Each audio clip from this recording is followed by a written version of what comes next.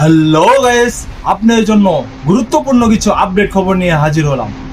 অবশেষে জানা যাচ্ছে মেগা স্টার শাকিব খানের তুফান 2 শুটিং শুরু হবে।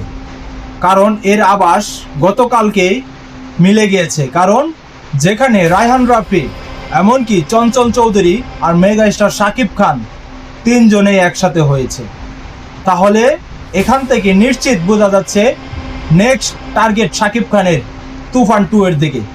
কারণ যেখানে তুফান 2-তে যে চমক দেখেছিলাম আমরা প্রথমে, সেখানে চঞ্চল চৌধুরী এমনকি শাকিব খানের যে একটা হাত মেলানো মিল হয়েছে, অবশেষে বোঝা যাচ্ছে যে সেখান থেকেই একটি কিছু আসছে। কারণ এই পিকচারটি দেখলেই বোঝা যাচ্ছে যে মেগা স্টার শাকিব খানের নেক্সট টার্গেট হলো তুফান 2। এমনকি তুফান 2 নিয়ে কিছু আলোচনা থাকবে। কারণ যে আলোচনা হলো শাকিব খানের অবশ্যই গল্প এমনকি কালার গ্রেডিং, এডিটিংয়ের দিকে ফোকাস করতে হবে। যেখানে প্রিন্স ছবি নিয়ে যেভাবে ট্রল হয়েছে মেগা স্টার শাকিব খান, সে ছবি নিয়ে শাকিব খান যেন ট্রল না হয়। কারণ তুফান 2 রায়হান রাফি খুব ভালোভাবে এমনকি গুরুত্ব সহকারে এই তুফান 2 শুটিং সম্পূর্ণ কাজ শুটিং শেষ করতে হবে। কোনো তাড়াহুড়ো করা যাবে না। যেখানে এত বছর যাওয়ার পরেও তাড়াহুড়ো হয়নি, আমি এটা চাবো যে তুফান 2 যখন শুটিং শুরু হবে তখনও যেন কোনো তাড়াহুড়ো না হয়।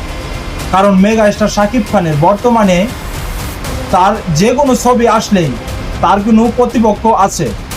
তাই প্রতিপক্ষ যদি থাকে, সেখানে অবশ্যই শাকিব খানের ভালো মানের কাজ উপহার দিতে হবে সাকিবিয়ানদের মাঝে। কারণ যেখানে শাকিব খানের এত ক্রেজ রয়েছে, সেখানে যদি শাকিব খান পিছু হয়ে যায়, তাহলে সাকিবিয়ানদের এমনকি শাকিব খানও ক্ষতির মুখে পড়ে যাবেন। সেখানে গুরুত্বপূর্ণ কথাগুলো অবশ্যই শাকিব খানের চুল মানানসই রাখতে হবে, সবচেয়ে বড় যেন না হয়, এমনকি ছোটও যেন না হয়। যেখানে তাণ্ডব তুফান 2-তে আমরা দেখেছি যে চুল ভালো বড় আছে, সেরকমই যেন রাখা হয়, তার চেয়ে বড় যেন না হয়। আশা করি আপনাদের মতামতটি কমেন্ট বক্সে কমেন্ট করে জানাবেন। আর চ্যানেলের নতুন দর্শক হয়ে থাকলে চ্যানেলটাকে সাবস্ক্রাইব করে আমার পাশেই থাকবেন। ধন্যবাদ সবাইকে।